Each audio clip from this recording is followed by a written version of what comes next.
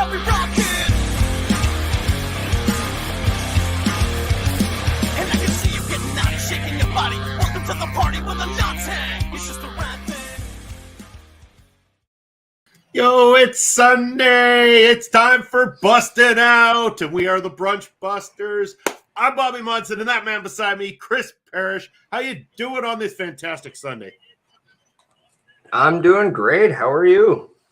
I can't complain at all. I mean, my attention's a little bit half and half right now because there is one hell of a finale going on in the World Cup game right now, and being the big, massive soccer fan I am, I'm kind of trying to pay attention, but whenever you see a team down 2-0 in a World Cup final and another player comes back for the other team and says, we aren't going down like that, ties it up and takes it to OT, that is some fantastic playing right there. I am super stoked, and we're going to have some fun talking some wrestling with our wonderful friends here joining us live today. But yeah, what a great day to be alive. Well, yeah, and you kind of kick us off, I think, perfect with our very first topic of the day. And that is the World Cup, because what we just saw. Hello, Bazzer69. Welcome to the chat. Thank you. And Bazzer, again, check out what's around Bobby's neck. Thank you for the Mr. Money $ necklace. That's awesome, my man. Best gift I could have received.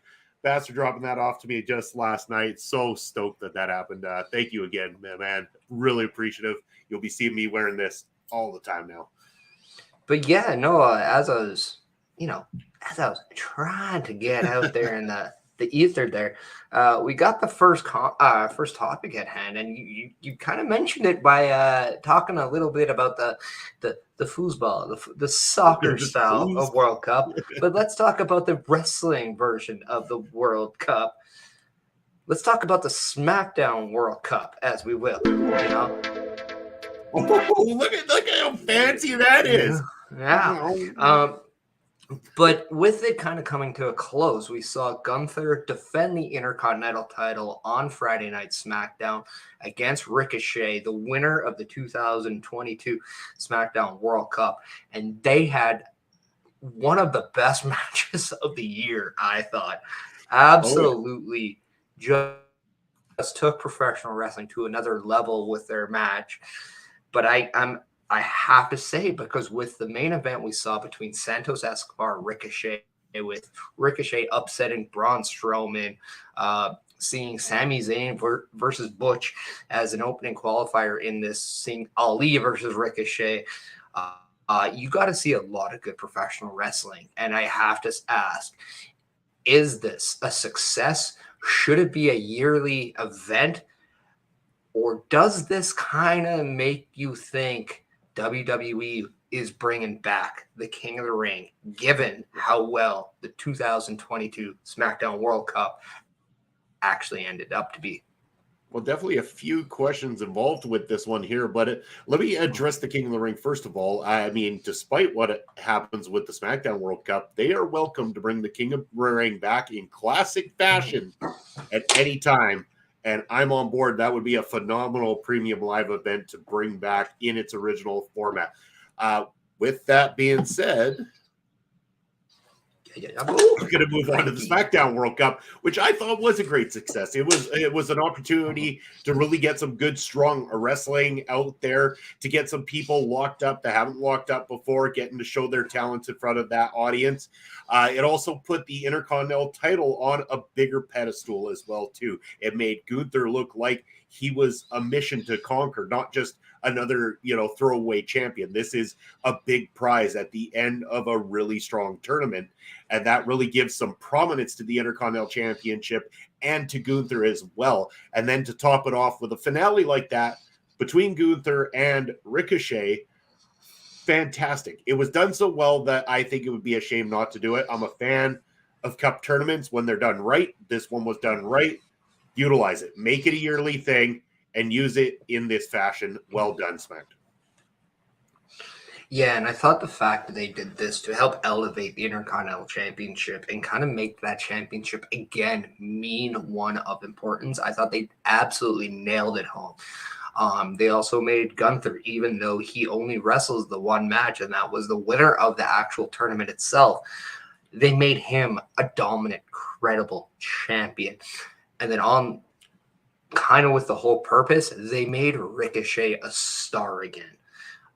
Absolute banger after banger he gave us in the qualifying rounds up into the finals of this tournament, but then just took his game to a completely new level. Absolutely amazing. I just thought, yeah, out of every little detail they did, they seemed to knock it out of the park, whether it's the championship, whether it's the person who won it, or, just the championship itself. I thought it was absolutely amazing. I wouldn't mind seeing this done maybe every year, but with different championships as kind of the platform.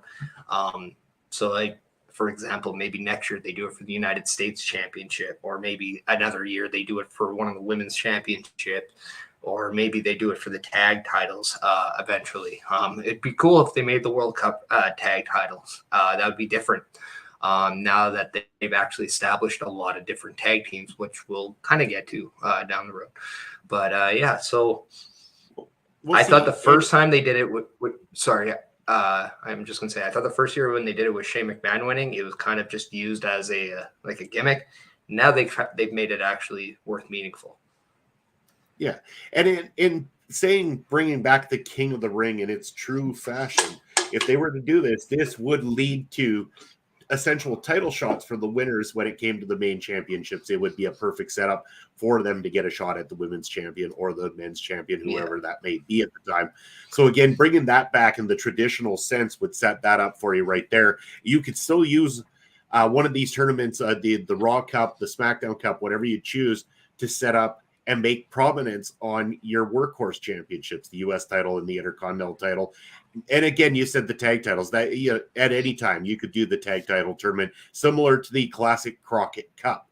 You could start to utilize that on a Raw or a SmackDown to really get your tag team over and lead to a tag team title match.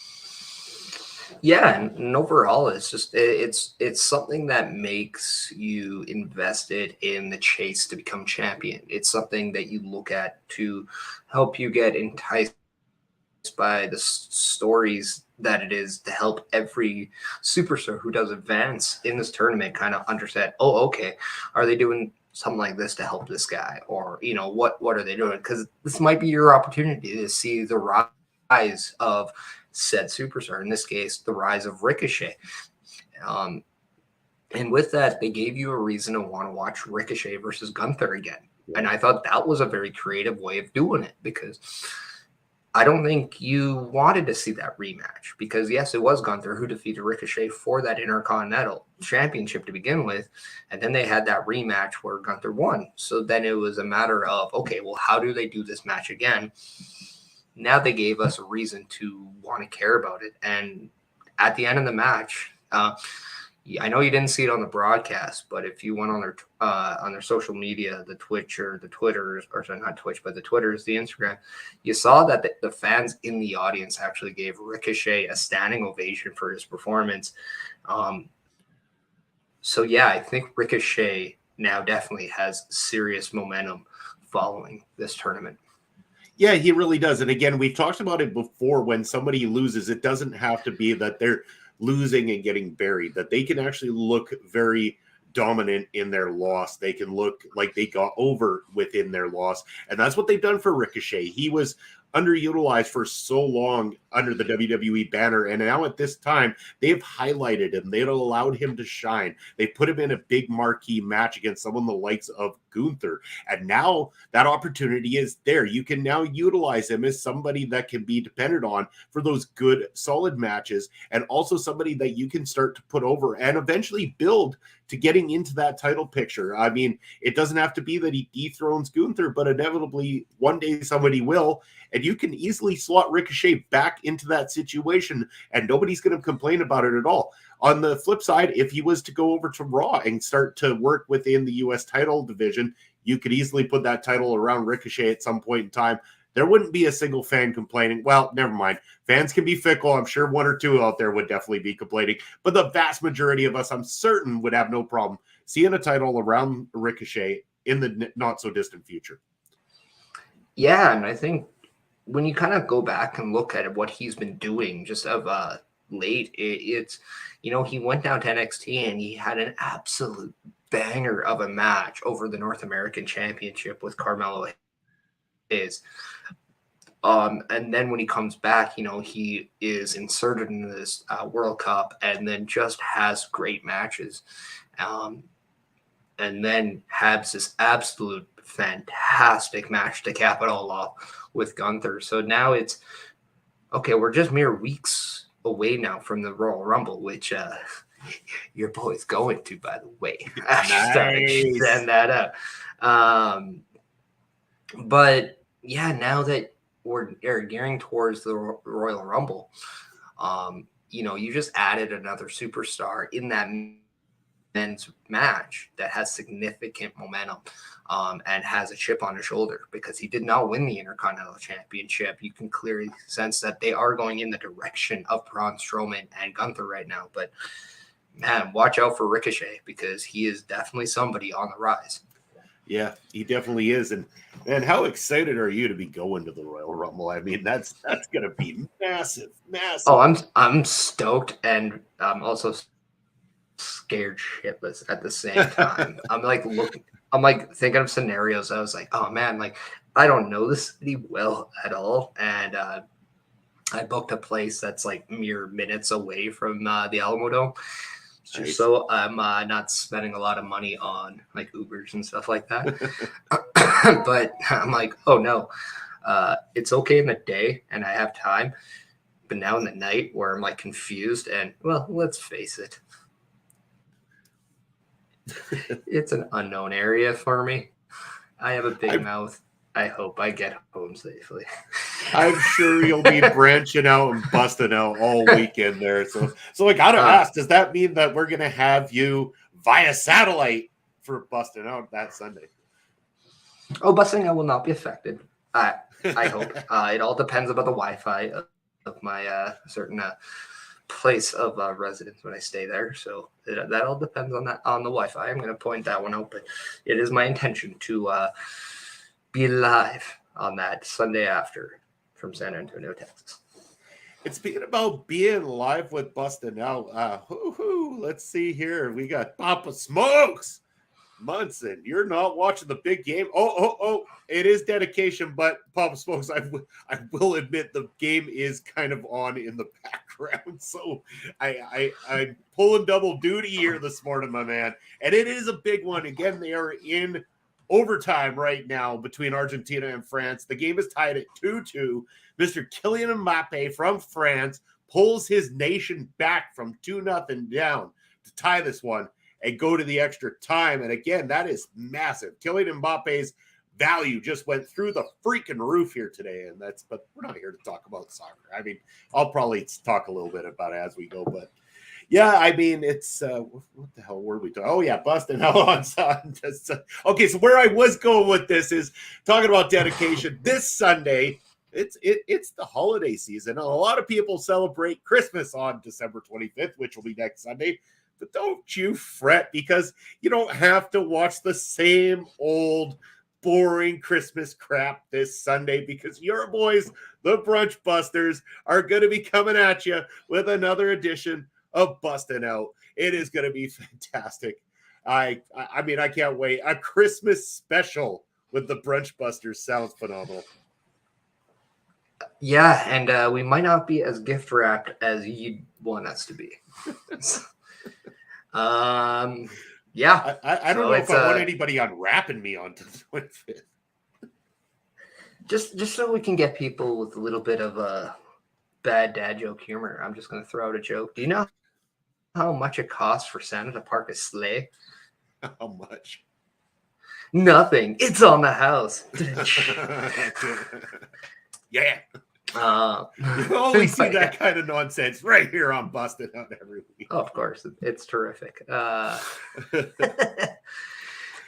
you see right there on your screen, if he stays online and does not rate us beforehand, we'll be rating our good friend Hill Kevin. I feel that's an important one because it has happened before. Yes, it sure has. He's been a big supporter of us here at our local establishment. and also both you and I individually as well too on our channels.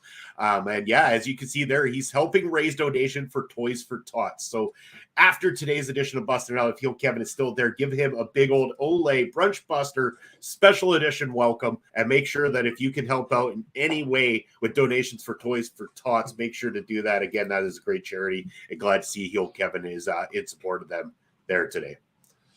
Yeah, and that I think too, like anytime anybody like does anything to help kind of raise either whether it's awareness or, you know, funds of any sort for somebody else, it's a very generous thing, and it just goes out to show, I think, for me, like how many good people are out there.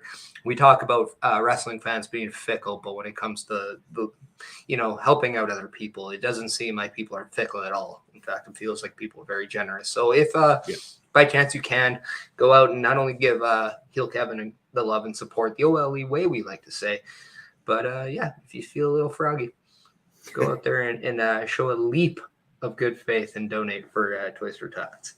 That's right. Yeah. I had a good one right there. Perfect. Speaking of what, we saw on SmackDown that a mysterious attacker went out and attacked Tegan Nox and in there. I think it was Tegan Nox. It was either Tegan Nox or anyway, they attacked the team of Tegan Nox and Liv Morgan out there, and we didn't know who necessarily, but yeah, what we ended up seeing was that it was actually Xia Li. Oh, it's just so groovy. Xia Li revealed as a mystery attacker, but here's the interesting point. It is rumored that she was not the original choice for the attacker, that there were plans to potentially have Chelsea Green and maybe even Deonna Purrazzo as this mystery attacker. And from what I've understood, the reason why Chelsea Green was not used was because the contract has not been finalized as of yet, and they could not do it in time before the contract to Impact of Deonna Purrazzo was up. So interesting notes that WWE is not only looking to add Chelsea Green, but also Deonna Purrazzo. And I'm going to say I kind of like the fact that these were not options, because it allowed WWE to bring back Xia Li in a way of importance to the broadcast, because I thought she was away for too long, to be quite honest. Again, it brings her back in a way that has some story instead of just bringing her out. With both Chelsea Green, we start with Chelsea Green. She's been there. She's got a name for herself. She's built that name even stronger since being parting ways with WWE, going back to Impact Wrestling and working on the independents. So again, it's easy enough to bring her out based on somewhat of a status of name, especially amongst the diehard wrestling fans. And same goes for Deonna Purrazzo, who's been absolutely phenomenal in her rise within professional wrestling. Again, I think it's a shame they don't have Deonna Purrazzo on lockdown already. And if they do get her over there, what a huge mass for the WWE. But again, Xia Li, who I believe could use that more of a push, that reveal, that storyline, I think that was perfect for her to be able to be set into there. And again, Chelsea Green, Deonna Purrazzo, the narrative will be there anyway. I think with Xia Li, it's good to give her a little bit something more. Yeah, and I think it's also important to note that, again, like we mentioned, or I mentioned before, about the Royal Rumble just being weeks away now. And this is a great time to have somebody debut, or even the night after, also a great time to have somebody debut. You don't need to rush every little detail. So the fact that maybe, I think in the grand scheme of things, you kind of maybe look at, Deonna Purrazzo being your top name out of the three, then Chelsea Green and Xia Li, perhaps, right? I might be wrong on that depending on the person, but I think from a general standpoint, that's how you're going to rank the three in terms of name value. But the single fact that I think it's Xia Li over anybody else, I think is better, because I think if this mystery attacker was maybe to join forces with Damage Control in any way, shape, or form, I think she stands to benefit the most from it, to be quite honest. And I don't see see maybe Deonna Purrazzo or Chelsea Green being a better fit for that group. I think Deonna Purrazzo has flat out shown that if she was to go to WWE after her run in Impact Wrestling, that she could stand on her own 2 feet and be a star on her own. And I think Chelsea Green, obviously we think of Chelsea Green, we think of Matt Cardona, but I do think if they were also to go to WWE, we'd probably rather see her with Matt Cardona and be more of their own act than maybe just side acts in a stable. So I do think Xia Li is in a right spot if that's the plan. But at the same time, I do like the fact that she could just be a hitman on the loose. I mean, that would be an interesting storyline if that's kind of how they want her to be. But I do like the fact that just at all, she's still a part of the show, helps the division of SmackDown, that female division. Because right now, I think, and this is where I'm going to say the big mistake is with SmackDown and the women, I think the most lackluster storyline you have going on is surrounding that women's championship. And I think that in its essence is why I think the women aren't exactly killing it on SmackDown as much as they are on Raw, simply because of their main title being one of the worst storylines going. Yeah. Not wrong at all. Not wrong at all. And again, it does add more depth. They need more depth there. They again add in these names right before the Royal Rumble doesn't hurt. And again, too, if they would have revealed, say, like a Deonna Purrazzo right now on a weekly program in this position, you would have killed any element of surprise for the diehard wrestling fans that are going to be there in San Antonio or watching live on the WWE Network. But imagine the bigger surprise it would be. You get a Chelsea Green or a Deonna Purrazzo in the Women's Royal Rumble, as opposed to as revealed as an attacker on weekly programming. Again, it's perfect for Xia Li. Again, it gives her something, it gives some depth, that it adds her into the equation of the Royal Rumble match itself. But when you're going for that element of surprise, you want to pop that crowd. And that crowd is going to be full of a lot of people that watch all wrestling, not just WWE wrestling, but all wrestling. They're going to be familiar with Chelsea Green, with Deonna Purrazzo, and you have them in your back pocket ready to go. That's the time to pull the trigger on those two. Yeah, and this obviously is all around just speculation that both Chelsea Green and Deonna Purrazzo are perhaps contemplating a return to WWE. That might not even happen. So I just also want to throw it out there that this was just a rumor. This isn't actual factual information. I think a little bit of tampering would have to be a thing if they were to engage conversation with Deonna Purrazzo, as she is already under contract to Impact Wrestling. But just the fact that we're hearing these names being tied to potential landing spots, or, I think that's very interesting, especially with how both Chelsea Green and Deonna Purrazzo have risen in the fact that their time away from WWE was actually used very well, and they've really established themselves as different acts. And now that Triple H has not only taken control of the creative process, you can tell that he is putting more emphasis on the women's division in WWE, bringing in the likes of, bringing Dakota Kai back, keeping Io Sky around, also bringing back Bayley at the SummerSlam event. Yes, I called it the SummerSlam this time. But also in the past, he's brought back Mia Yim. He's brought back Tegan Knox. He's brought back a good amount of females to this company, and it would not surprise me if he's not done right now. But just let's talk a little bit more about Xia Li and what the plan could be for her. I know you've watched her before. Just what do you think the best way of using Xia Li would be? And also, before you say some, chat, if you have any ideas or you have any opinions about Xia Li right now, let us know in the chat below. And if by chance you want a good active chat, let everyone know where we're talking Xia Li, and that is here at a local establishment. Bring them on over so we can just have a euphoria conversation in the activity, in the chat activity. As Melba Collins in the chat, gentlemen. Ladies. I Fifth still the can't hatchet, get, I yes. still can't get used to being called a gentleman. Right. Yeah, I mean, it seems strange, but much appreciated at the same time. Yeah. But Bobby, You know, Xia Li, Xia Li- what are you gonna do Xia with Li- her in terms of the creative Xia Li- process of WWE? But Xia Li's not playing in this soccer finale right now. Jesus Christ, you don't understand. Hey, is that soccer ball a pro wrestling championship? It No, could it's be. not. No. It's Hey, the I have world. I have football on, but I'm trying to stay focused here. I know, Focused. but As I hit my mic over, focused. it's just I think the world just thought they saw Lionel Messi win this thing for Argentina in overtime, and then all of a sudden Kylian Mbappe gets his hat trick and pulls it back. It's 3-3. They're going to end up in penalty shots. Anyway, I'll shut up about soccer.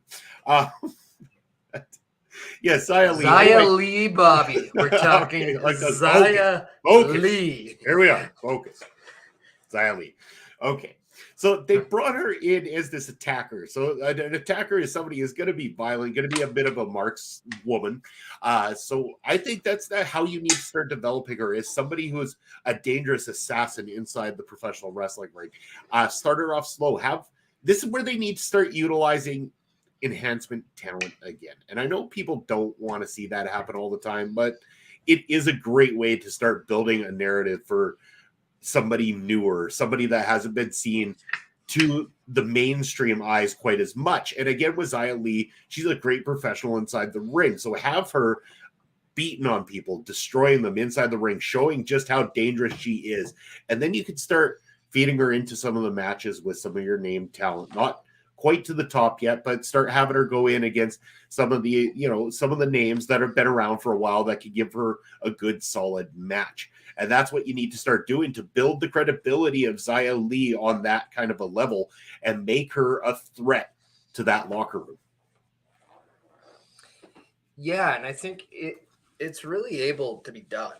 And that's the thing. I know one of my biggest takeaways with Xia Li is that she is definitely more comfortable when she's in the ring, and not as comfortable away, whether it's a promo, whether it's backstage segments, things like that. That's not her forte. Her forte is competing, and that is completely fine.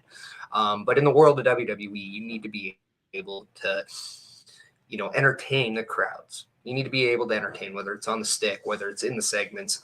You have to be able to do that. So in order, in my mind, to get her to kind of come up there, you got to do those in just small portions, just so there's comfortable comfortable nature with her in those segments. Because the last thing you want, and I'm going to throw this as a name out there, the last thing you want is a second Ronda Rousey where you have somebody who's not comfortable in that thing. You can tell Ronda's not comfortable right now on the mic with a live crowd. She doesn't hate it. She is getting better, but you can tell that's not her forte. And then whether it's in the segments, you can just tell that, she's not exactly always where she needs to be. With Xia Li, I don't think the money is hearing her talk. I think the money can be seeing her work, kind of like Lesnar in that same facet. But you don't have to have her be this dominant beast of a character like Lesnar. But what you can have her do is kind of have that, samurai kind of type feel where they don't say a whole lot, but you just don't also want to mess with them, because you know that when you do, it ain't going to work out for you. So she has to be looking at that silent killer, if you ask me. And this is where managers... Sorry. Yeah, and I was just going to say, this is why I think Damage Control is the perfect spot for her, because she doesn't have to lead the segments. You have Bayley for that. And then she's kind of like maybe the solo Sikoa of Damage Control if she's to go there. And I think that's a really good spot for her. And and if they were to do that, and maybe they will, do it and then start to make Damage Control dangerous, because that's one thing they really have not done enough of, is making Damage Control that impactful faction that they should have been right from the get-go. And so if you're going to add someone that's going to be in that Solo Sikoa type muscle role, the dangerous silent killer of the group, then you need to start having them going over winning what at all costs. They need to become a dominant force within WWE, or else you're really kind of missing the point of the faction to begin with. Yeah, and I couldn't agree with you more on that. So that's to me, like, I think that was why Retribution failed, is because, you know, it started off hot and then it fizzled out because you're not putting them in positions to like take over the show, so to speak. Right now we're seeing Damage Control kind of fail at becoming Raw Women's Champion. You kind of saw Bayley fail at becoming Raw Women's Champion. But they're using that ability that, you know, the tag team champions are within their, you know, in their group. So they're allowed to go to both shows. And because of that, we're seeing, you know, potentially Bayley kind of scout SmackDown women. So maybe Xia Li is going to be that person to join. Maybe not. But at the end of the day, like we're talking about Ricochet, we're seeing a little bit more focus on this person. And I think that's a very good thing moving forward, because I don't know, like, I just don't want to see her going back to NXT, Xia Li, that is. And I really just want to see her being used, because I don't think it'd be fair to say, well, Xia Li's not doing anything. Yeah, well, that's not her fault that she's not being used either. At least give her an opportunity before you say, or, you know, you do anything with her, because I don't think we've seen enough of her right now. And I think it'd just be unfair for her if she's not given the opportunity to do something, and then something like a release or something like that was to happen. Give her the opportunity. You signed her for a reason. You're using her for a reason now. Let's just have some patience and go with it. Yeah. And again, it's another opportunity to just bolster that roster. Again, if you're going to have that many titles in the company, you need to have enough competitors for said titles in the company. And they need people like Xia Li and all these other women that they're bringing into the fold. You got a Royal Rumble coming up. You need to have names, and that's exactly what you want. But yeah, I mean, it's just, yeah, I don't know how much more to add to this. I think that's exactly it for Xia Li, though. Like, not the money isn't in her talking. The money is in her credibility inside the ring, her strength inside the ring. And yes, Damage Control could work, but if you're not going to do Damage Control, then at least find a way to start utilizing managers, because that is a timeless tradition in professional wrestling that is proven to work time and time again in order to cover up somebody's shortcomings. If somebody's not good on a microphone, you give them a talker to help them out on a microphone. You know, it's just the way you do it. It's kind of like if you want to protect somebody who's not quite there, they're a little bit green to professional wrestling, you can put them into tag matches with a more experienced partner. And that allows them to not only gain experience and learn from somebody, but it also covers up any shortcomings that they have. So again, if you have someone like the likes of Xia Li, who might not be the greatest of talkers on the microphone, cover it up with somebody who does. And like you said, that could be in a Damage Control, or start bringing back managers. There is a lot of people out there that would have the credibility to go out and talk on behalf of these wrestlers and sell them and put them over, because that is your job as a manager, is to put people over, make people believe this person is a true to form ass kicker. And that's what to be expect when they get inside the squared circle.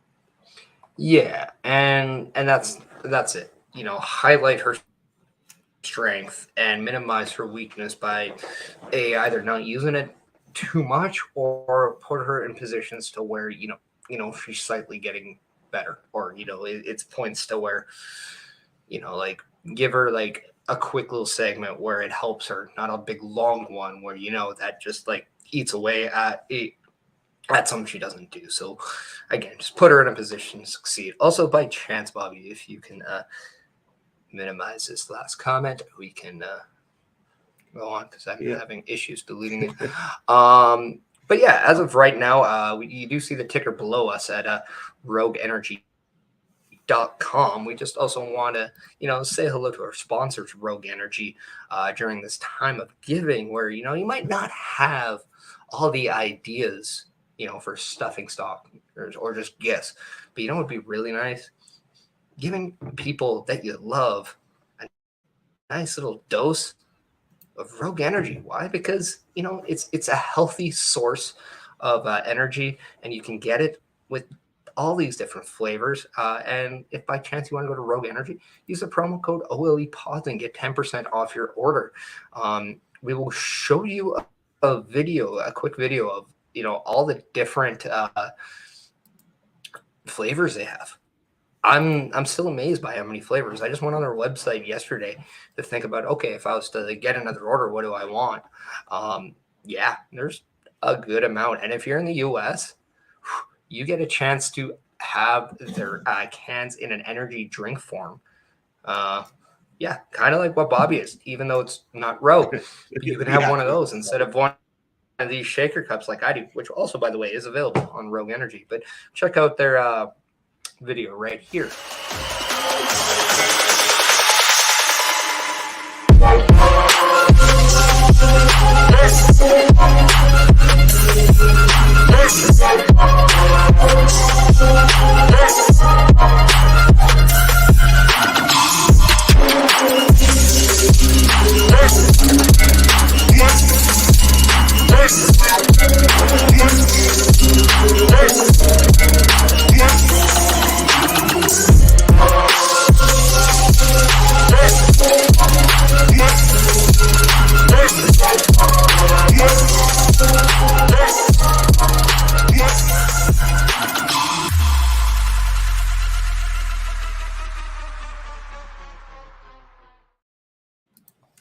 Not only a badass company with badass flavors, but also badass marketing videos as well, too. Man, that thing is awesome. And as Melball said, sour candy, best flavor so far.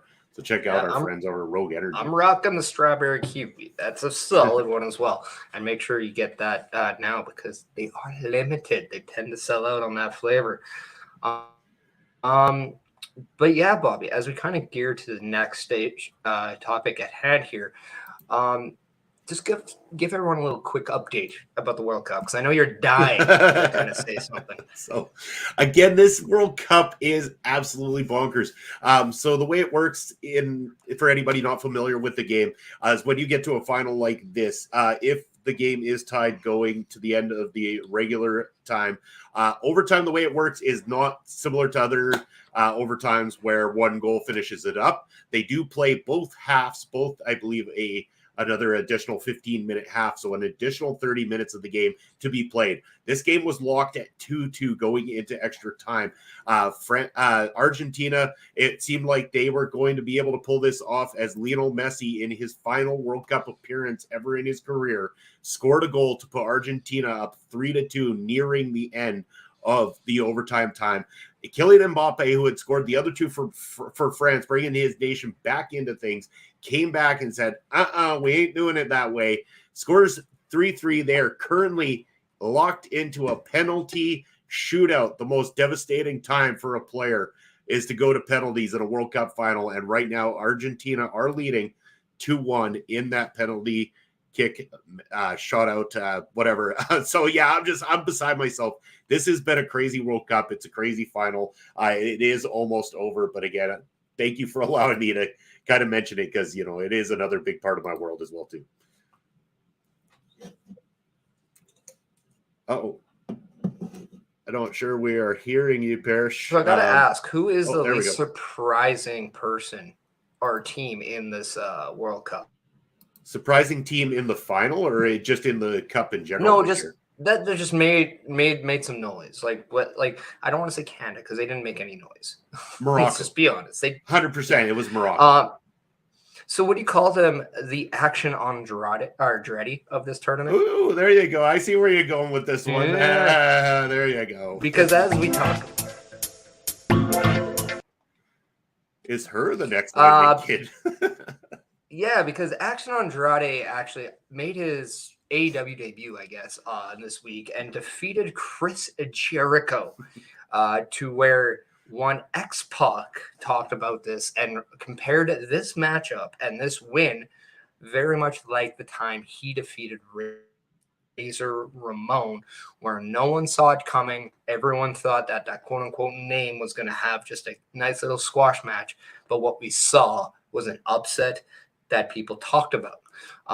Now, I'm going to flat out answer this question. I do not think Action Andrade is the next Lightning Kid who ends up becoming your X-Pac, your 6-Pac, your 1-2-3 Kid. You know, he doesn't become, I don't think he becomes that guy. But early thoughts on Action Andrade defeating Chris Jericho. I mean, congratulations. And again, if you're wanting to put over someone young, then great in doing that. Making that comparison is a little bit odd because let's play devil's advocate and look at the two situations. You had the 1-2-3 Kid versus Razor Ramon. Razor was on his rise to the top of the He wasn't the 1-2-3 Kid yet. No, well, I mean, he was just the Kid, if I'm not mistaken, is how they introduced him on that one. He wasn't the 1-2-3 Kid. So the way I saw it, and again, hello to Carl joining us in the chat. Carl, make sure to come chat afterwards. I think we're going to go record some beats and beatdowns right after we follow up on Busted Out here today. So reach out, my man. We'll get that all set up. But here's the thing is the Kid came in and what we thought was going to be a squash match against somebody who had already picked up some massive W's in the WWF. He was somebody seen as potential main event talent. He had picked up wins over Randy Savage. Man, we are attracting the bullshit people here today. Man, I'm on a blocking streak. Get the F out of our streams with that shit. But yeah, so the Kid comes in and pins somebody who is an upper mid card to almost top of the card talent in the WWF. And I'm not saying Jericho's not a main event guy. He has been for a long ass time, but you're talking a guy who's kind of in the last throes of his professional career. So I would say there's a big, massive difference in terms of the size of the victory. A victory over Razor Ramon kind of was a big thing because of the push that he was getting at the time, where a pin over Chris Jericho is a pin over a guy who is not quite, you know, at the top of the talent that he was, say, 10 years ago. It's still a massive win because you're beating a name draw. That is where the comparison sticks. I don't know if I draw the same comparisons in terms of the momentum that Jericho has versus the momentum the Razor had during that time frame. I think and that's the thing. We're not saying I think we're kind of, you know, with the question here below, I think the question itself is trying to drive the narrative to a different realm than what, you know, was said. Because I didn't hear the comment. Obviously, I just read kind of what it is. But he threw comparisons in the same way of it's, you know, a guy with name value going into a match, having a match with a guy that nobody's heard of. Yeah. And that guy ends up getting that win despite people expecting that or not, and just became a big upset. That to me is 100% true. And that is a comparable for sure. There. So yes, that it is it is a comparable event, right? Like they are comparable matches in the sense of that you're seeing somebody who has done absolutely nothing in that company and that was in front of that fan base defeat somebody who has done significant. I agree with that. Do I put Scott Hall as Razor Ramon, Chris Jericho there in comparable? No. Am I going to compare Action Andrade to the Lightning Kid, who with that win became 1-2-3 Kid, who then evolved into 6-Pac, X-Pac as we know it? No, because I'm not going to put Action Andrade in any comparable to anybody else. I'm going to let him evolve into who he can be and morph into what he can become. But I do think it's very interesting that that's what they want to do. I did like the fact that, you know, they're giving Action Andrade a win here of significance because if anything, and they come back to something, you know, all you're doing is showcasing Action Andrade more to your fan base. And if people want to then watch him afterwards because he beat Chris Jericho, then so be it. We saw something very much likely. To me, this is more comparable than when Fandango defeated Chris Jericho at WrestleMania, if you ask me. Yeah. And maybe that. But at the same time, I like the fact that what they tried to do was immediately put Action Andrade or I keep saying Andrade for whatever reason, but they keep Andretti. putting him in a position. They're putting him in a position to be something that matters. And I like that. I like the fact that AEW is trying a different attempt here at creating a new star. That's a great thing. But if you're going to do that and it's a positive reaction, you're getting people to talk about it clearly, then you got to do something of significance next. And that's just what you have to do. I look at this very, very much in the same thing as Hook. People were talking very well and very highly about Hook. And then lately it's kind of fizzled out. So what are you going to do to keep people talking Action on Andretti here? Because I think that's your play. This is something you got to think whether is this a momentary type of thing, or does this have legs to become a long-term thing? And I think that's kind of what you have to do. Although I do respect Chris Jericho for what he's able to do to help the younger people. It's amazing how many times he does this time in, time out, and it doesn't affect him at all, but it does help the person. Truly amazing. That guy, when he calls it a career, not only is a Hall of Famer, I'm saying it now, he's going down as one of the GOATs. Just what he's able to do in almost 40 years of wrestling is amazing. Yeah, and just to reiterate, my words were not to slam Chris Jericho's career or anything like that. It's, like I'm just trying to hammer home a point about like age difference and time frame and stuff like that. But I mean, yes, I kudos to Chris Jericho for doing it and putting young guys over, because that's exactly what you need to do when you're getting near the end of your career, is use your name status in order to help the company build new names. And now it's down to, how does Action Andrade handle his business, and how does AEW handle his business? Andretti, sorry. See, I'm not the only one. It's tough. Doing it's tough. Again, we'll learn him eventually. Again, he's a young kid, but again, like you mentioned, Hook, hopefully it doesn't come to that point where we've got something here. Let's go stick him with Danhausen, or let's go stick him with Orange Cassidy. And I know some people out there like that stuff. And again, I think Danhausen's funny on a watch his YouTube channel level, but in terms of wrestling, it doesn't help the credibility of the person that is on a rise. It didn't help Hook in any means. It actually made you forget about him. And so be it to me to have said that originally, that it was detrimental to Hook. Now it's showing.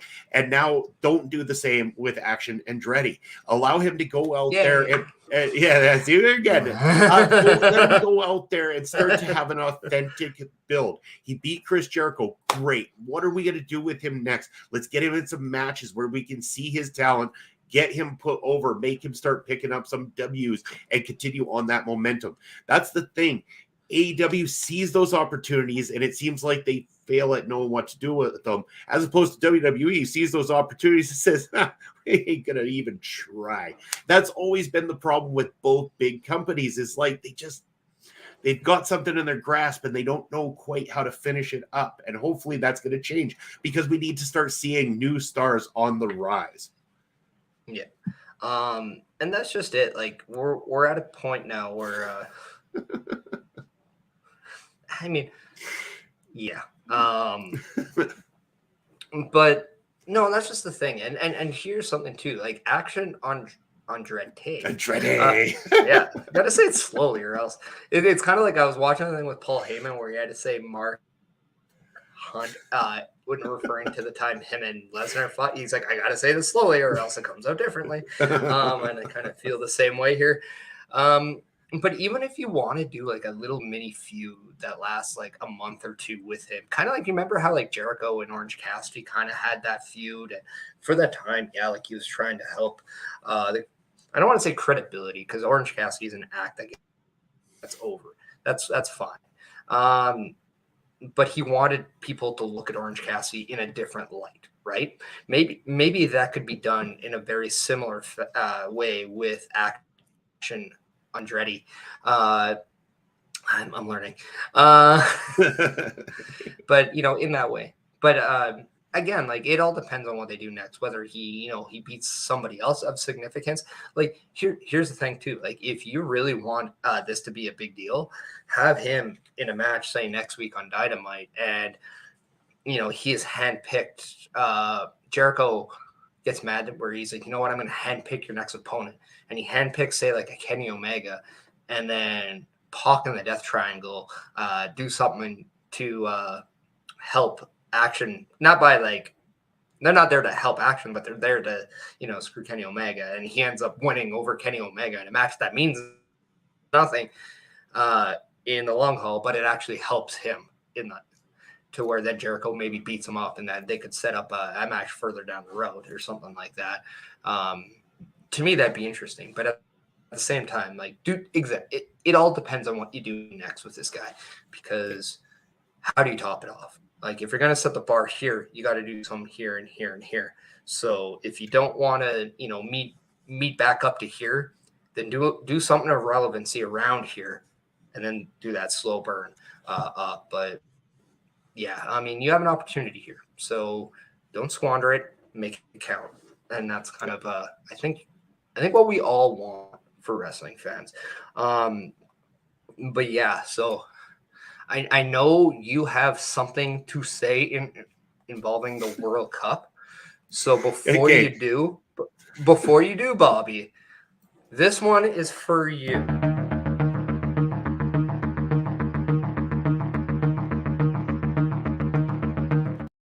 Oh, it's official. I got my own this week. Yeah, bring the bling. And breaking news. It's all over. Argentina winning in penalties. Lionel Messi gets the swan song of his career and gets to raise the World Cup in 2022 for Argentina. Congratulations, Argentina, for being able to take the big W there today. And that's enough from me about soccer. Let's go back to the wrestling. Yeah, soccer's over now. It is done. It's never going to happen again until the next World Cup. Or, well, there's always Euros, World Cup, that Champions is an unofficial League, Europa guarantee League, from me. Premier League. But okay, I'll shut up. God damn it, Bobby, you're not helping.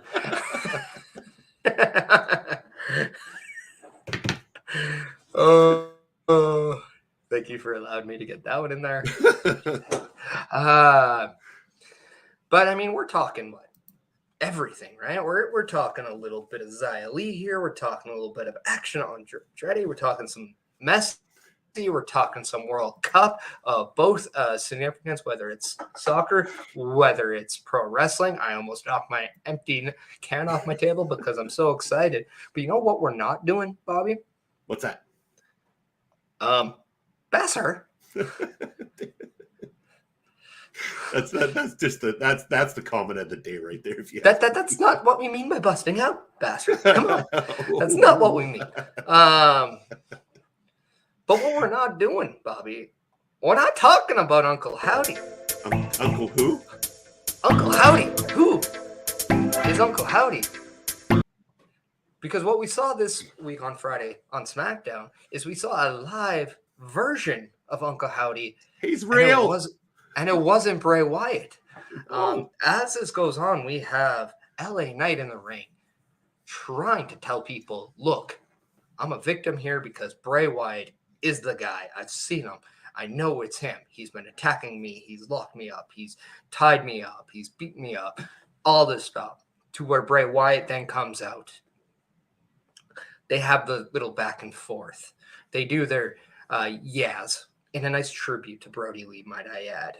For the first time outside of the debut, because I know the lighting of Bray Wyatt's entrance is dedicated to the lighting of Brody Lee when he debuted in AEW. But we got a yeah from Bray Wyatt. Very nicely done. But as LA Knight was beating up on Bray Wyatt, which I thought was really nice because we didn't see a single shot given to LA Knight here. We have yet to see, outside of a headbutt, Bray Wyatt do any offense in WWE. And I think that's designed for a specific reason, and I like it. In the words of Lloyd Christmas, I like it a lot. Yeah, we then see a weird video, and out comes Uncle Howdy, to where that scares, and I'm going to say this word for the first time, the bejesus out of LA Knight. It completely freaks him out. But for the first time in the flesh, Uncle Howdy, but we have no idea who it is. You guys don't forget to mention Carl Anderson. Yes, he is tagging with one Luke Gallows. there, Mel. One Luke Gallows. Yeah, There must be something I missed there in that one. But I mean, when it comes to Uncle Howdy, though, like, yeah, I guess everybody was very shocked about this. And the more shocked than LA Knight was how shocked I'm sure WWE was with the trending that came from this segment, because now everybody wants to know who is Uncle Howdy. And again, the internet speculating, just like I've been doing for quite some time, that we believe that this might be Bray's younger brother, Taylor Rotunda, aka Bo Dallas. And internet sleuths are all over this one right now, because they are pointing out little things from the person that was standing there in the Captain Howdy mask. Again, this could have just been, you know, an enhancement talent, someone in developmental that stood in for the position so that not too much was given away. But a lot of people believe that from the stance that Uncle Howdy took, a potential earring that they saw that Uncle Howdy was wearing, that these are very like what you can see from Mr. Bo Dallas. And again, that would be fantastic. We know that Taylor Rotunda had mentioned that he would look to get back into professional wrestling. We know that Bray Wyatt has wanted to work with his brother as well too. So this would be incredible. I think that Bo Dallas didn't get the proper treatment the last time around, and working alongside his brother in this capacity could be great. It also takes the supernatural element away from it. Again, Bray Wyatt getting attacked on makes it look like that he is just a vulnerable guy. He can actually be beat down. And then you give him a little bit of hope in the form of not something in his own mind, but something in true form that might be just as violent as what he once was. And if that's Bo Dallas, aka Uncle Howdy, we're going to be in for some serious beatdowns on LA Knight. LA Knight better be watching his back, because this reveal means that he now has 2 marksmen after him. Or is Uncle Howdy with Bray Wyatt this entire time? Yeah, Mel, you know, we got this. You don't, talk about the topics at hand here. We fucking have this already, all right? Stay on topic, all right? That's exciting news, though. I mean, I'll give it that. It kind of is, but, we have topics. Let's that topic. All right. I'm on Bobby's case about the World Cup, and we're talking Xia Li here. Mel, in the top, we wait to the topics here, all right? We wait, all right? Wait, we're talking Uncle fucking Howdy right now, all right? All right, and who could it be? Damn it, this is why we can't have nice things, people. This is why we can't have nice things. Feeling bad about how they made Howdy pretend to laugh. It went from creepy to kind of funny. Someone should make a whole reel of it, kind of thing. I'm sure one of those try not to laugh videos would be perfect for that. Yeah, it was a little weird though. That's just it. Like, it felt like that segment kind of went on a little too long just without laughing. It really did, and I don't understand why. I don't understand if maybe like they were waiting to see where LA Knight was going when he left the ring, which I don't think needed to do much. I think that was one where they're probably, oh, we actually have more time than we thought here, and we'll just use it here, and then we'll just expand this. I'm kind of, hello, Astrid. How are you doing? Hi, Astrid.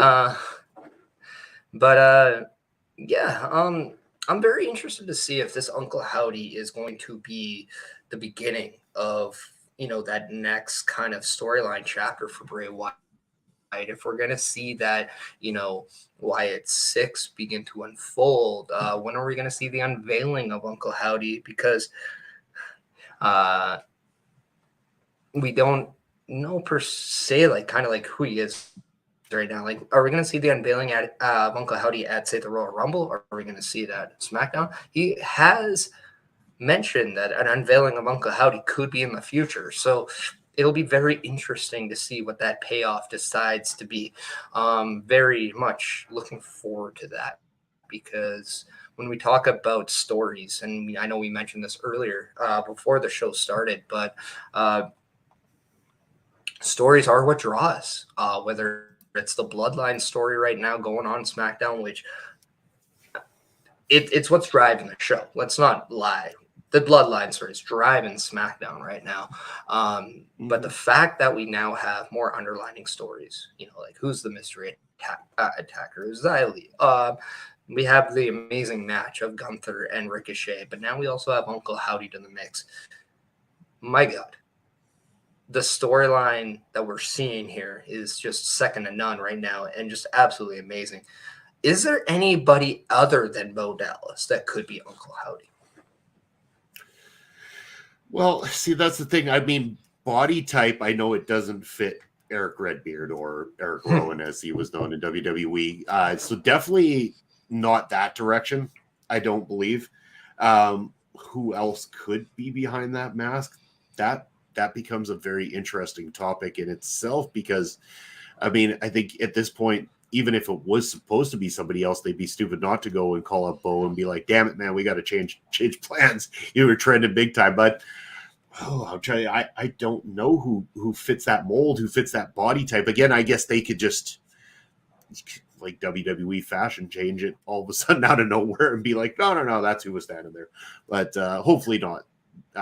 It could be an enhancement person. I say enhancement, someone from the NXT fold making a debut. I mean, you know what? Again, I could go back to this. Maybe it's Joe Gacy. And there was always talk of Joe Gacy possibly doing part of the Wyatt Six. And the body type could fit Joe Gacy that was standing there on that rampway. Yeah. Another thing, like we could see, and this is by chance if it's not Bo Dallas, but if they just put that out there in hopes in due time it's going to be someone. So maybe it's someone who's still contractually signed somewhere else, but once that contract is nearing it, they're going to be WWE bound. Perhaps this is an Easter egg to that. I don't know. I know personally I would love it to be Bo Dallas. I'm gonna just say it, like, I do hope it's Bo Dallas. But we always have to look at the potential that maybe there is a curveball being thrown our way that we're not looking at. So very much something of relevance there because you just never know. And sometimes with WWE, now the new creative outlet, we have to think about the not obvious because they've decided that they know what they're doing now. So it's nice. It's just nice. And they allow talent to come in from other companies and vice versa. Their talent can go to other companies, as Mel was telling us just a little while ago with Anderson. And yes, because we did it. Carl Anderson, who is a contracted WWE wrestler under the tag team name of the Good Brothers with Luke Gallows and the OC with AJ Styles and Mia Yim, went over to New Japan Pro Wrestling and retained his never openweight title in what a lot of people expected him to be stripped of the championship. No. He goes back over there and he dominates like the Machine Gun does. Only to ask, what is next with Carl Anderson with that championship? I'm going to swing it over to you. What are your opinions about Carl Anderson not only going to New Japan but also doing? Oh. Yes, we know. We're talking Carl Anderson now. We finally get there. But I mean, it's true. It is good to see that they are willing to do that openness with working with other companies. And the fact that Carl Anderson did retain the Never Openweight Championship is definitely huge news. And, if you want to find out more in-depth reviews when it comes to New Japan Pro Wrestling, you're going to want to check out Mel Ball Collins and Andre because they bring you all the best in New Japan Pro Wrestling news, information, all sorts of stuff. So check out their channels as well too. But yes, this is massive news that WWE is allowing this, and big for Carl Anderson as well too, because again, this puts a lot of credibility onto the Good Brothers, onto Carl Anderson himself. How cool would it be if, in the same fashion of Mickey James coming out with her belt in the Royal Rumble last year, that they were to allow Carl Anderson to wear the Never Openweight Championship this year. See how I tied that shit together? That's fantastic, isn't it? Well, I mean, that's what the Branch brothers do over at the bus station. The bus station just isn't a place of shenanigans, people. No. There's some serious shit going on. But in keeping in the reins of Carl Anderson here, he is having a lot of individual success. And he did so while the Good Brothers were not in WWE. Obviously, they're now back in WWE, forming that tag team with the Good Brothers, with the OC, being a part of that. It's interesting to think that, okay, they're still using him over in New Japan. And we're seeing this also with Shinsuke, doing something overseas as well down the road with a match with Great Muta. But and that's just it. Like, I think right now we're seeing partnerships being used here. I know, Mel, you're saying he should have lost. He didn't defend the title within the normal time parameters, but Mox wasn't stripped of the title. Well, then ask the company. That's the company's fault there. That's not the performer. I mean, the performer does what he wants. I mean, Dean Ambrose was U.S. champ for like 9 fucking years and never defended the United States Championship either. So, I mean, what are rules nowadays? I don't know. I think that 30-day compete clause for a championship has gone out the window in pro wrestling, to be quite honest. But I just don't know. turn one into interim champions. Yeah, I mean, so I don't know, but I mean, I'm just curious. Like, what does the future hold for Carl Anderson in the New Japan Pro Wrestling? Mel, as a New Japan Pro Wrestling expert over there, who would be a great person to take the title off of him or for him to feud with? Because perhaps they might make an appearance at, say, a Royal Rumble and eliminate Carl Anderson from the Royal Rumble, and we might see something of use there. You heard it here first.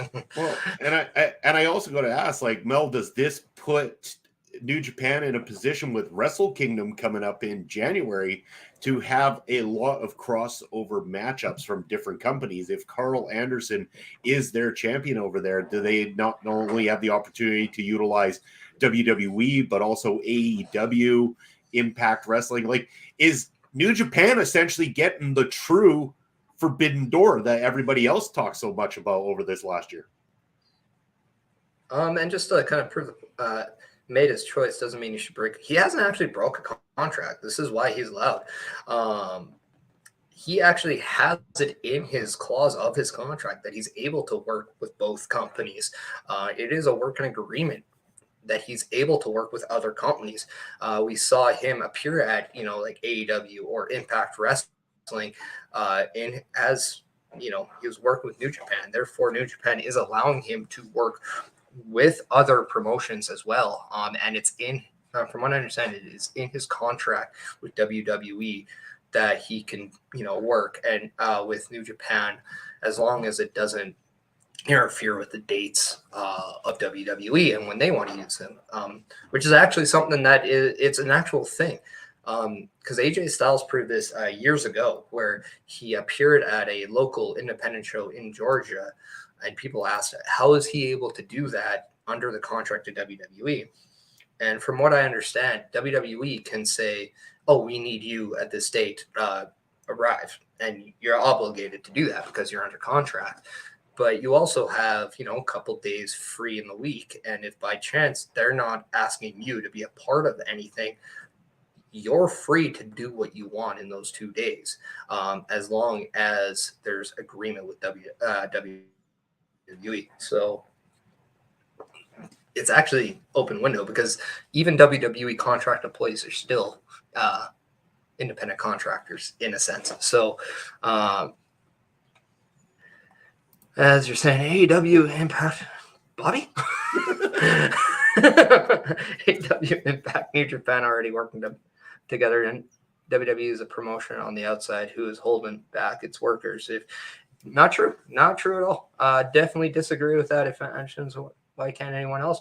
Shinsuke is working outside as well. We're seeing this. It's not a normal habit of WWE because this is why WWE is still the number one ranked wrestling promotion in the world, because of situations like this too.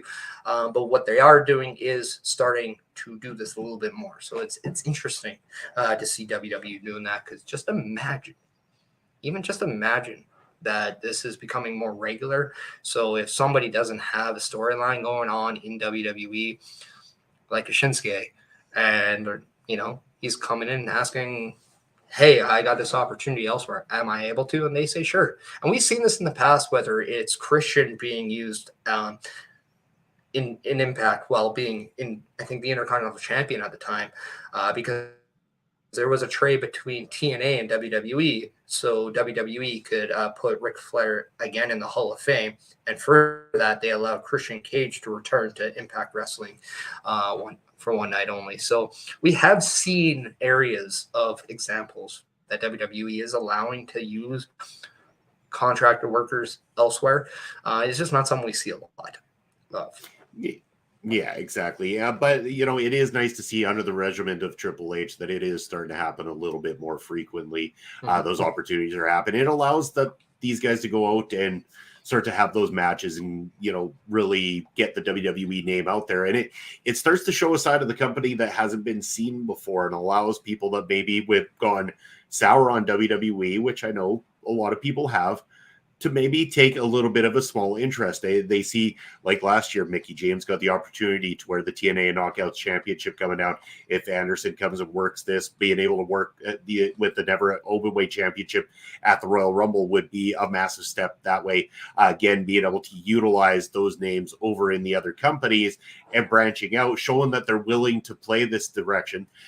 It could mark a lot of great things, and it also opens up the door. And I know you say Tama Tonga, but WWE doesn't deserve them. But again, if they start to open the door a little bit more, there are some good matchups for a Tama Tonga over in WWE, as well as having those guys go over to New Japan and work with the likes of him over there as well too. So I think that opening that door can be beneficial to both sides. And I think that we've seen that Triple H and company are a little bit more willing and open to do it. And let's not fool ourselves. If we had an opportunity to see the Bloodline align themselves with Tama Tonga against the Bullet Club, and we got to see that in any way, shape, or form in its truest way, sign me the hell up. I mean, I'd also like to see them cross over with MLW so that the Samoan SWAT team could eventually join their true family over there and the Bloodline as well too. But big dreams. Yeah. If this is something, I'd say what? I think that's never. Yeah. Like saying Andretti. Yeah, right. But yeah, I mean, who knows? I mean, as long as it's good, as long as people are paying to see it, then what say you, I guess, right? It really at that point doesn't matter. I mean, this is what makes wrestling great, is we always have a different variety of the product, right? So regardless of what you like, and what you don't like, you don't watch. That's all cool. And that's what I love about this here. So I don't know. That's why I think it's just cool to see some of these working partnerships, and it's hilarious, in my opinion, now that WWE is towing their dumping their toe in it a little bit, and we have a little bit of people backlashing it. Yeah. Not to throw anybody under the bus, just say generally speaking, a lot of people just don't want to see WWE step out of their comfort zone, I guess. Yeah. Well, and again, and to Melball's point, she did say, I never said it wouldn't be beneficial. And I know you didn't, for sure. Nope. And again, no. It's and I know some people just don't want to see WWE in their product, and that is completely understandable. It's the same with me being protective over MLW. As much as I'd like to see those links in some sense, again, it's tough because you don't want to see these people taken out of the element that you're more frequently watching. You become fans of certain people. Like, I know for a fact there's a lot of people over in MLW right now that I guarantee you Triple H and company and Tony Khan and company are salivating over right now. Who wouldn't want to sign, the likes of, an Alexander Hammerstone, a Jacob Fatu, a Richard Holiday, these types of talents that MLW is sitting on at the moment. Yeah, of course. But the greed in me says don't do it, because as much as I want to see those guys succeed, I still want to watch them on the programming that I watch more frequently, of course. And yeah, while the benefits are there, it's tough as a fan, and I can relate to that for sure. It's something you want to see happen for that person in terms of them getting, the accolades they deserve, but at the same time, you don't want to see them taken away from the product that you so love.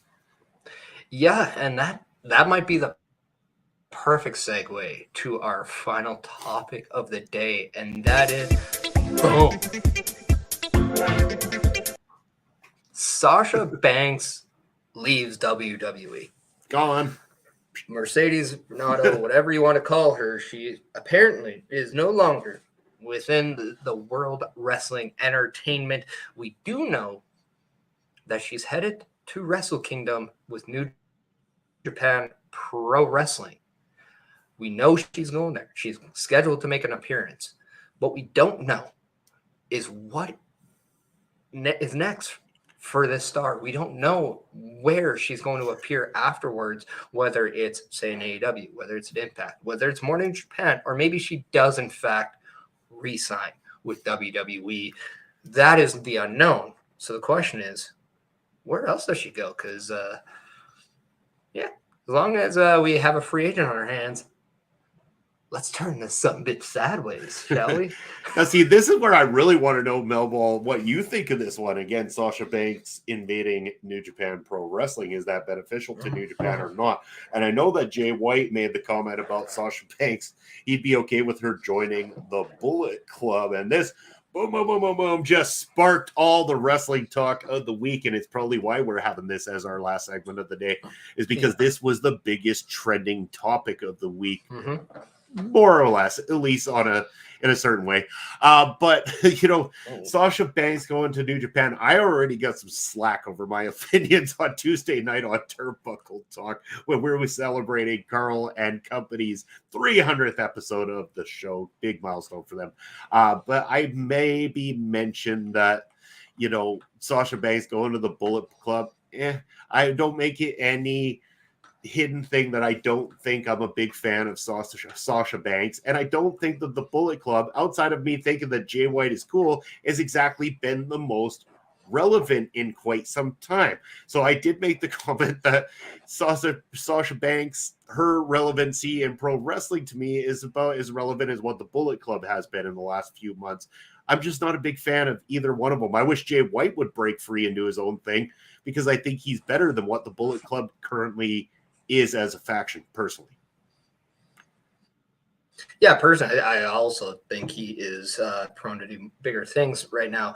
But if by chance we are to see Sasha Banks join the Bullet Club, and I'm going to put this one out there, could we see Sasha Banks replace Jay White as the leader and become the very first female leader of the Bullet Club? It is very possible. And again, maybe that is the relevance that they need. But yes, I 100% agree with Mel's comment here that Sasha doesn't fit the mold of what the Bullet Club stands for. And again, in order to bring, she would bring a certain level of relevance in terms of name status. If you're going for that portion of it, she'd have the internet community talking, which she did in just having Jay White mention it. But in terms of what the Bullet Club is and everything, she doesn't fit what they are. And I 100% agree with you on that one. And I think that her going over there, I think she needs to do her own thing. She needs to develop her own identity if she is going to go and work with New Japan, go work with Wrestle Kingdom. As you'll see here, Mel saying that New Japan and Stardom would utilize her very well. So they've obviously got the depth of talent over there that allow her to break the mold of being Sasha Banks and break into being a strong professional women's wrestler over for New Japan. And again, I'm going to give a quick shout out to also Mel and Astrid for the women's wrestling talk that they do. If you want to get a true opinion from the ladies when it comes to women's wrestling, that is the show you need to be watching every single time that they are live as well. And Carl coming in with bring back Amber O'Neal and have the two feud for supremacy in the Bullet Club. Again, is the Bullet Club really worth it anymore? I don't know. I think in New Japan it is. I don't think necessarily outside of Japan it's as big of a deal as it used to be. But I'm assuming that within the confines of New Japan, it's still relatively important. It's still, I think. But is that like calling like the NWO Wolfpack relevant at this point though? Like, I mean, I feel like it ran its course. Trust me, you're talking to a guy who does not care at all about the Bullet Club anymore. I think it's run its course. But if it's still going to be a thing and you want to spice it up, I do think changing the face of it as we know it is the best way possible. We like to think that Zack Ryder, when he got released, was going to be just Zack Ryder-esque or 2.0 on the independent scene. But what we ended up getting was a completely different version of Matt Cardona. A version of Matt Cardona that we took into a completely different light. And I'm going to say this. What stops Sasha or Mercedes as being a completely different performer and a different entity on the independent level? Maybe she doesn't bring the boss outside of WWE. Maybe she does something completely different that makes you warrant comparisons of like, oh, maybe this version of her would be a good fit. We don't know what she's going to be outside of WWE because we haven't seen her at this point outside of WWE. So we have to give her the opportunity to have that presentation of what she wants to be first before we even talk about Bullet Club, in my opinion. Because what she is right now is a very polarizing figure. And that is somebody who is very outspoken about where she belongs. The rumors that she, potentially asked for similar money of a Becky Lynch and Charlotte Flair are running out there. Who's to say that's true or not? But what we know is that she does believe she belongs there. That is something we already know is there. So how she presents herself moving forward, I think, will be a good dictation of how we view the artist formerly known as Sasha Banks in the long haul, because I know I'm very critical about her not evolving, but I would not be surprised or shocked if what we see next from her is a complete 360 of evolution when it comes to her transformation. And certainly, and obviously, fans have made a connection with Sasha over the years and stuff like that. And I'm not taking away from her ability to be able to wrestle a match or anything like that, but it's more along the lines that you're saying is just the development and the change and stuff like that. But maybe again, you get into that comfort zone of what you've been doing for so long, and that's where she needed to break free. She needs this opportunity to explore herself as a professional and as a professional wrestler, move on to another company where she can get in these matches with people who are going to show her something different. She's going to be able to show something different. Maybe all of a sudden people like me will do a 360, because I have done that on people before. And Matt Cardona is a perfect example. I hated the living daylights out of Zack Ryder. He could F right off my television when I saw him. But when he became Matt Cardona, in particularly the Matt Cardona that dethroned the NWA World's Heavyweight Champion back when anyone cared who the NWA World Heavyweight Champion was, then I'd have a 360 on Matt Cardona. And I'm excited about the idea of him coming back or working in other places even. Same could be said for Sasha. She can go out and do a complete 360, a change of attitude, a change of how she conducts herself in the ring. Maybe she becomes the most must-see women's wrestler inside a professional wrestling ring when she heads over to Wrestle Kingdom. Maybe that's what she's been working on this whole time, is getting prepared to deliver the first match of the year candidate come January at Wrestle Kingdom. Yeah, and we have no idea what to expect. And that, I think, is the magic here of just the event, and that is the magic of the moment. And that's it too. Like, for the first time ever, we're going to see her at this level of her career, and it's not with WWE. The star of The Mandalorian, or one of the stars of The Mandalorian, is set to appear outside of WWE for the first time ever at this height of her career. And it's going to be very highly touted, because I don't know if the women have had a free agent like her in the last 10 years. Like, and when people say, well, what about this person? You literally need to look at the mirror and say, was this person at the same level of Sasha Banks at that time? I'm going to say no. The crossoverness that she brings is very much a real thing, has to be taken into consideration. This is a get to anybody who picks her up. Whether or not you are a personal fan of her or not, that's beside the point. What she does bring is eyes, and what she does bring is a following. So, yeah, and my thing is, if she goes heel, she needs to be aggressive and not spotty. That's my only critique on Sasha Banks, because when it comes to the microphone, when it comes to that aspect, 100% better heel than babyface. However, her in-ring has to match her mic skills. Oh, for sure it does. That's my only critique outside. Oh, sorry. That's my two critiques on her is that, and then she hasn't evolved as much as the other 4 horsewomen. And I think that's kind of derailed her a little bit. But what I do love about this is that going into Wrestle Kingdom, one of the biggest focal points might not be a match. It's what does Mercedes do at New Japan Pro Wrestling? And now if it's 100% confirmed that she is no longer in the WWE, the world, and this is the only time you're going to hear me, the world is her oyster because she is now available to do whatever. And if she goes, as Mel is saying, into the Neo Stardom army, yeah, but again, we need to see what the new form of Mercedes is before I think we even say whether or not she's a fit or not, because as you say, we have not seen what this is. This could be this Mercedes could be her Matt Cardona to what her Sasha Banks / Zack Ryder is. And again, we might see a completely new performer. Also, we can really talk about who is a good fit or not, because I thought Cody Rhodes was a terrible fit for the Bullet Club, to be quite honest. I didn't think that he was needed at all. And quite honestly, not needed. He brought name status, but that was it. Yeah. Well, and that's just it. So does Mercedes, right? Yeah. We cannot say she doesn't, and probably the biggest female name to join it ever. But again, I think that's the wrong reason to add somebody is a name.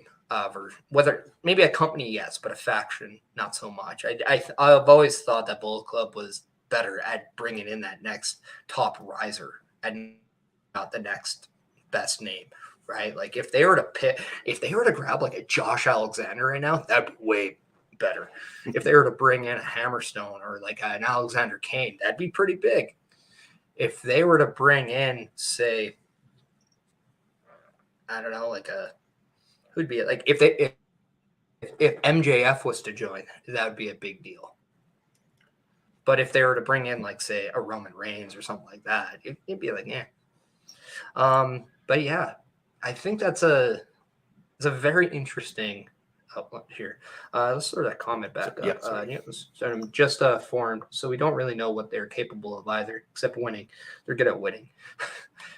and again, if they brought in a name like Mercedes, aka Sasha Banks, that would definitely get the world talking and put a lot of focus on that as well too. And I'm definitely looking forward to not only this going down and seeing how this unfolds, but again, getting the reactions and the reviews from Mel and Andre when it comes to that point. Because again, I want to find out from people who watch on a regular basis. I'm a casual. I'm going to admit that right now. I am the definition of casual fan when it comes to New Japan Pro Wrestling. I will watch Wrestle Kingdom. Maybe not while it's live because I'm turning 40 in January and I just don't have that capability anymore. But I will likely watch all of Wrestle Kingdom at some point in early January. And kudos to anybody who does watch it and do that live and reacts to it. But again, I'm curious to find out from a couple of people who are definite strong fans of the Japanese wrestling, who watch Stardom, who watch New Japan, what their reactions are going to be to somebody the likes of Sasha Banks coming out, performing that match, and what they choose to do with her. Yeah, and that's just it. Like, to me, the last time I really wanted to watch something on a Wrestle Kingdom was Omega versus Chris Jericho. I wanted to see what Chris Jericho was outside of the WWE bubble. And this is something that I am curious to see what Mercedes is going to be outside of the WWE bubble. I'm hoping it's something different. And if it's something different, I might actually be more included to be a fan of this person, because I'm on the fence of whether or not I am or not, to be quite honest. The mobile live watch along happening at 2 a.m. Mountain on OLE. What day, Mel? Please let us know what day. Plug the date. Plug the date. Yeah, plug that sheet. Oh, with a special guest. Oh, look at this. Oh, but yeah. Good thing it's dark, seeing as it's the vampire situation. I mean, we wouldn't want any sunlight breaking through during that time. Well, I mean, it's not really during the day, right? It's like the whole night. Yeah, as the sun starts popping up, we'll see. If I'm not having my old man beauty rest at that time, I'm going to do my damnedest to be able to watch along with you for a little while. January 4th. There you go. January 4th. It is January 4th. So yeah. But at the end of the day, this is just a good thing, because as we talked about through the duration of this episode, we're seeing a lot of people come in on the female side of WWE that it's okay if they lose one or two people because they have others coming in. And that's kind of the nature of wrestling, right? As a couple leave, we tend to see a few more come back in. Spots are always going to be there, but there's just a specific amount of them. So if somebody wants to give that theirs up, you can bet your ass there's somebody out there who's going to say, come in.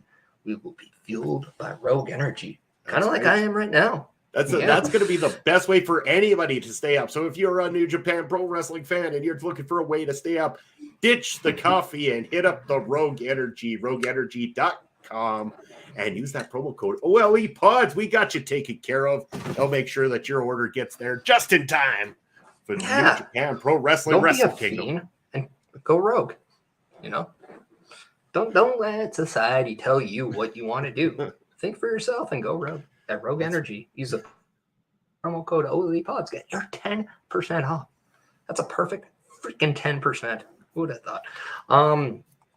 But yeah, no, as we're winding down today's episode, again, we will be rating Heel Kevin, as I believe he's still online. Heel Kevin's always on, that guy. He's got dedication. Well, he was doing like a 36-hour stream, something insane. So yeah, that guy. doing that Toys for Tots. So yeah, I'm gonna let you have time to plug your stuff, your socials, what you have going on, as well as if you want to do a weekly calendar. Before we do that, how about we let you know what's coming up all week in OLE by playing you this quick short video. Calendar. That's right. Okay. Sorry, I cut you off too soon. Here it comes. The weekly calendar.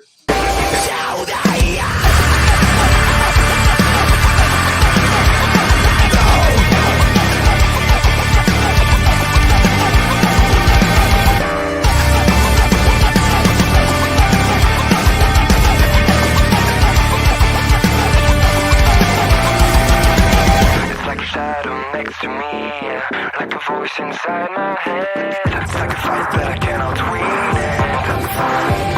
Falling, frustrated, intoxicated. I know I'm losing myself. I can't take it anymore.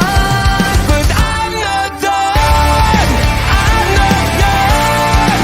I won't give up until the end. But I won't fall. I'll stand away.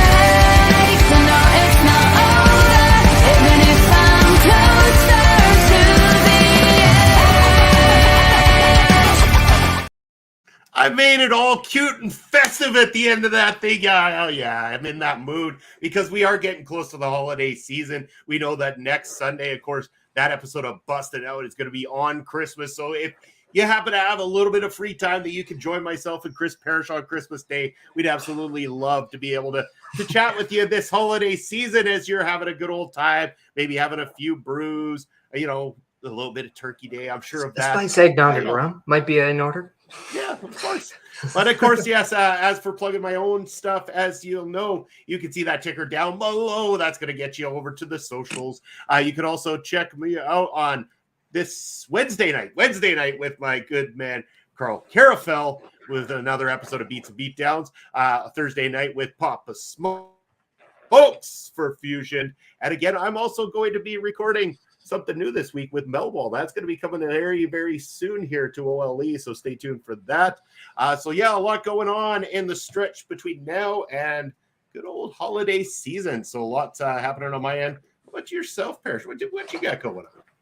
You know, I got a little bit of the Instagram, the Twitch, and the YouTube and Twitter going on, where you can find me at the YouTube at youtube.com/@ChrisParrish. You can follow me on the Twitter at Chris Parrish, the Instagram at Chris.Parrish, and you can follow me every Sunday as we do a little bit of busting out. And you know what? And maybe just, follow my Twitch at the Chris Parrish if you want to see anything else, because right now I'm not doing much on the whole streaming per se. A lot of you may know that, I'm no longer on taking over, and that is because of the shoot life, brother. Just in all transparency, if I got to pay the bills, I got to make sacrifices, and sometimes that sacrifice was taken over. So you can see Ed and Astrid take over on every Tuesday. But yeah, we have the holy episode coming next Saturday Holy shit. Sunday. I love that. It's got to be named that now, even though we've been using numbers this whole time. Holy shit. But no, it's a holy. I mean, it has to be. But yeah. So that's where you can follow me. So if anybody who's still with us right now, we are planning on going over to Heal Kevin. So give him the love, show him all the support. And if you feel a little generous, donate to Toys for Tots, as he is doing a great job right there. So let's raid right now. Let's do it. And as for everyone who is watching on the YouTube, we just want to say thank you. We want to say have a great week. Don't go crazy this week with your last minute shopping, people. Be safe, be courteous, and everything. Just, feel a little bit around, right? Because here at our local establishment, we want you to be safe. That's all. Bobby, do you have anything else to add? Nothing else to add. If you don't happen to catch us next Sunday, I would just want to wish everybody a happy holiday season, but also a safe holiday season as well, too. Yeah. Take care of each other and enjoy your time with friends, family, and loved ones all over the place. Be safe and wrap your gift. See you next time. You have been busted. You can feel the root shaking as you're running out of breath. If you're ready to rock, we'll just let it fall. Are you ready now? Are you ready to move with me? Just move with me. Move with me. Come on. Get up and move with me. Just move with me. Move with me. For the floor.